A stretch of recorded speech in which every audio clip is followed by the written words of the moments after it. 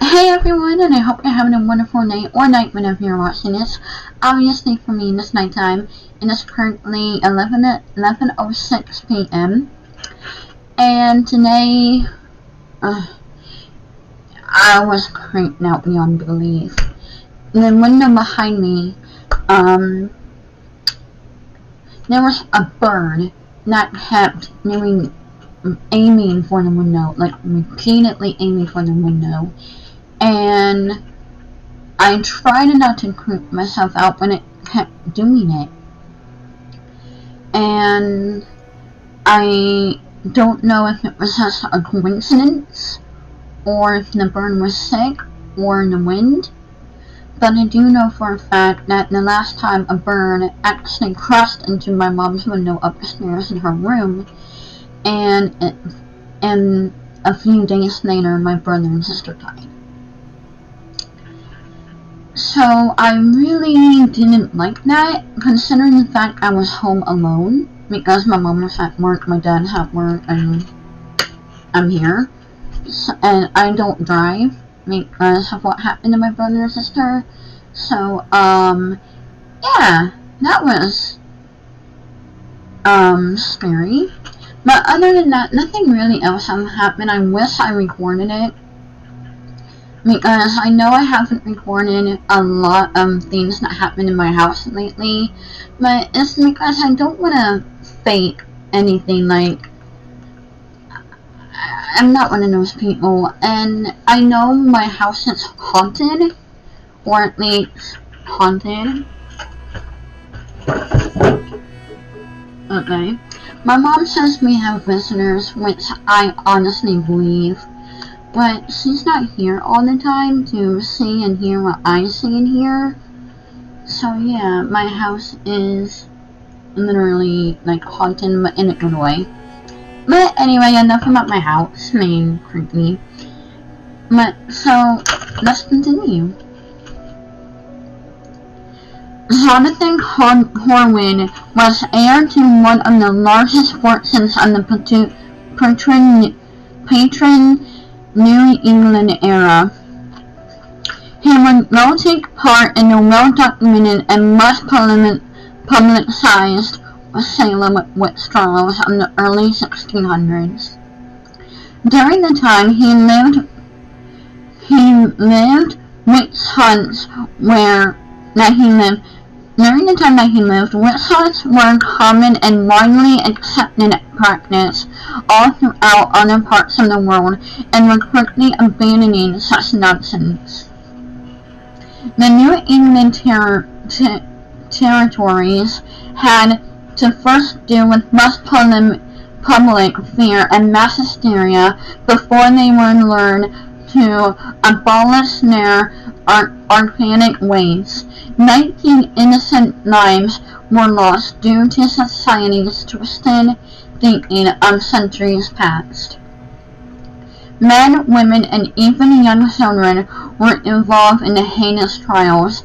Salem will always go down as a major learning experience going forward. While most repented of their involvement in the trials, some did not, and perhaps these are the ones cursed to the very area in which they were condemned others. But how did the Salem witch trials start? What were the implications, and why do some believe that Salem is haunted due to this very day by lost spirits of the yesteryears?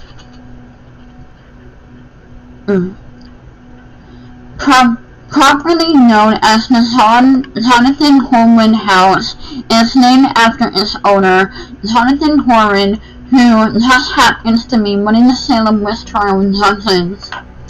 He investigated much of the claims associated with the illicit witchcraft activity, signing several arrests and warrants during his time. However, due to an independent and records, it's difficult to summarize his role completely. The Witch House is one of the structures still standing today that has direct ties to the Salem witch trials.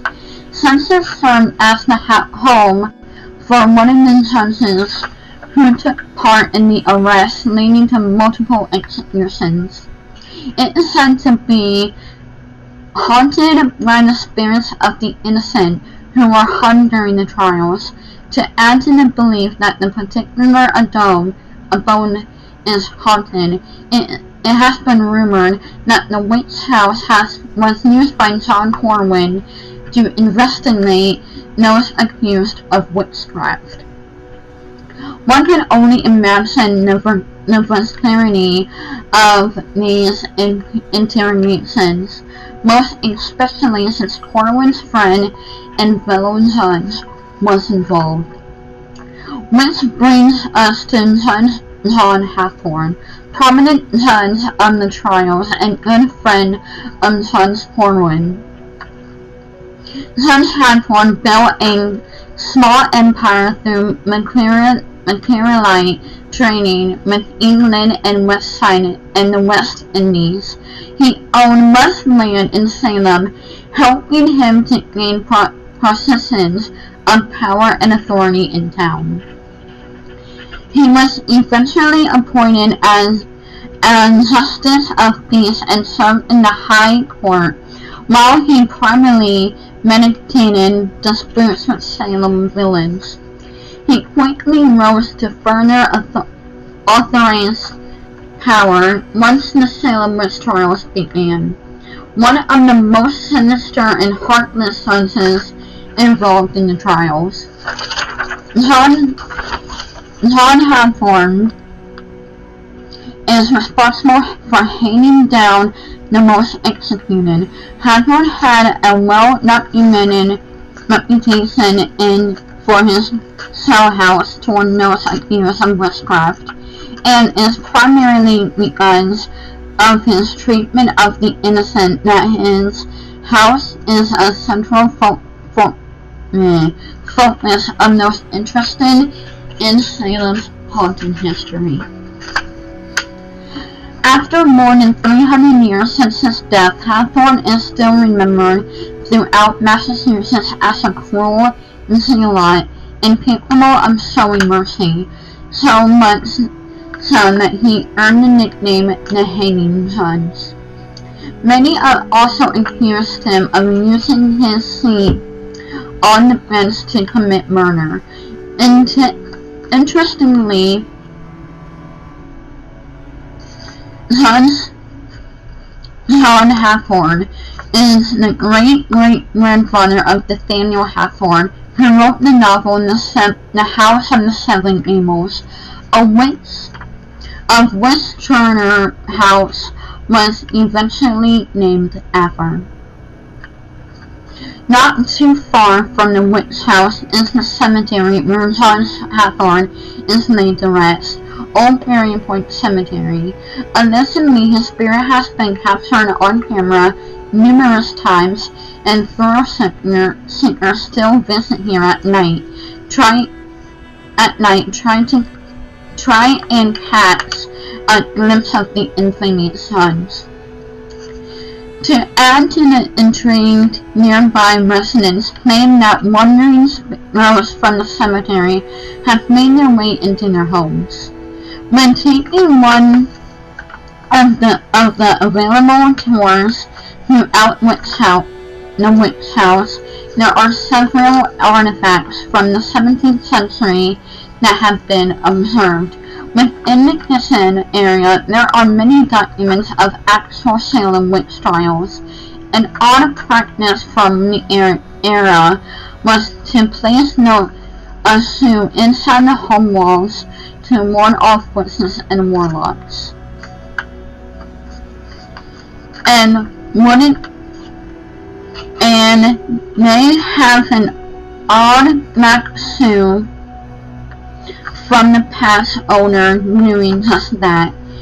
And if you watched the north of Shepherdstown, you will see that they have found a shoe in someone's wall because the paranormal activity spiked up recently, and they went to go investigate, and through the voice box, the spirit said repeatedly, "the wall." And they looked in the wall, and there was a shoe in the wall. Perhaps the most frightening item of this place is not the actual witchcraft doll, called a puppet. Witches would allegedly place hexes on the dolls in order to curse their victims. The doll in question was actually found in a different yet nearby house, said to be the very one in the which Bridget Bishop lived. The first woman executed by hanging during the Salem witch trials. One of the most oft-reported encounters of paranormal activity is encountered that of disembodied voice. Thought to be the most haunted place in Salem, Massachusetts, people have claimed to be touched by the forces of the unseen, as well as feeling cold spots in certain areas of the house. There has been a few reports of hearing the voice of a little girl, quite possible of the youngest accused of witchcraft during the trials, a 4-year-old girl. Yeah, you heard me right. Some of the claims include people hearing the disembodied voices of a child, people being touched by unseen entity, feeling cold throughout the house. Even Ghost Adventures crew of the paranormal investigators explored this iconic location for their television series. Interestingly, the witch house was set to be demolished in 1944 to make way for Union of the Street. Locals, however, band together and put a stop to it by raising $42,000 required to move the house back a mere 35 feet where it currently sits. After two architects restored and residents of the original 17th century splendor, the witch house was handed over to the city of Salem, at point becoming a museum that is functional today. With being the oldest standing structure of the Salem witch trials, there is no doubt as to why the house is visited on a yearly basis, most notably around Halloween. It has the perfect recipe for what makes a traditional haunted house. It is so popular and well known as being haunted. In fact, it was featured on the hit television series Ghost Adventures. In 2011, perhaps it is best that the house remains open as a museum, haunted or otherwise, as it stands to serve as a reminder of how far we have come as a nation. What we will once consider normal practice, the execution of witches, and the like is laughable by today's standards. If there was ever a time period that we can reflect upon to see just how much we have bettered ourselves, the Salem witch trials is it. Sadly, many innocent men, women, and children had to die before we realized our error of ways. Such is often seen throughout our history, however. We must crawl before we can walk. But with these strides come a responsibility for us to ensure that these types of overseas and soulless actions will never happen again. And now, One needed only to look to the witch house of Salem, Massachusetts. The evidence of our once brutal ways, in a time when freedoms that we have today were unheard of.